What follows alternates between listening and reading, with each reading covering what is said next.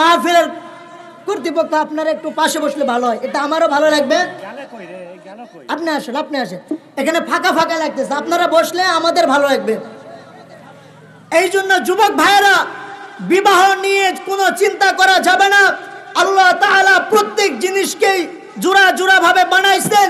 ওয়া মিন কুল্লি শাইইন খালাকনা যাওজাইন লাআল্লাকুম তাযাক্কারুন। প্রত্যেক জিনিসকে আল্লাহ তাআলা কিভাবে বানাইছেন ভাই? জোড়া জোড়া বানাইছেন। আল্লাহ যদি জোড়া জোড়া বানায় আমাদের কোনো টেনশন নাই, কারণ আসওয়াদের মতো এত কালো সাহাবীর যদি সুন্দরী রমণীর সাথে বিয়ে হয়, সেই তুলনায় তো আমরা শত গুণে ভালো না ভাই? আপনি কেন মেয়ের পিছনে ঘুরবেন? আপনি প্রতিষ্ঠিত হন, মেয়ের বাবা, মেয়ের নানা, মেয়ের নানি আপনার পিছনে ঘুরবে। যুবতী বোনেরা, আপনারা প্রতিষ্ঠিত হন, মেয়ে কেন ছেলের বাবা, ছেলের দাদা, ছেলের চাচা আপনার বাবার কাছে ঘুরবে। আর আমরা আজকে প্রতিষ্ঠিত না হয় শুধু মেয়েদের পিছনে ঘুরি, আর মেয়েরা শুধু ছেলেদের পিছনে ঘুরি।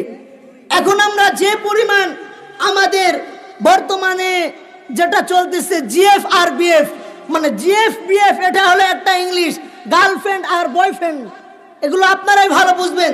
একজন গার্লফ্রেন্ড বয়ফ্রেন্ডের কথা যেভাবে শুনে, কিন্তু ওই গার্লফ্রেন্ড তার মায়ের কথা ওইভাবে শুনে, এতে লাভ আছে?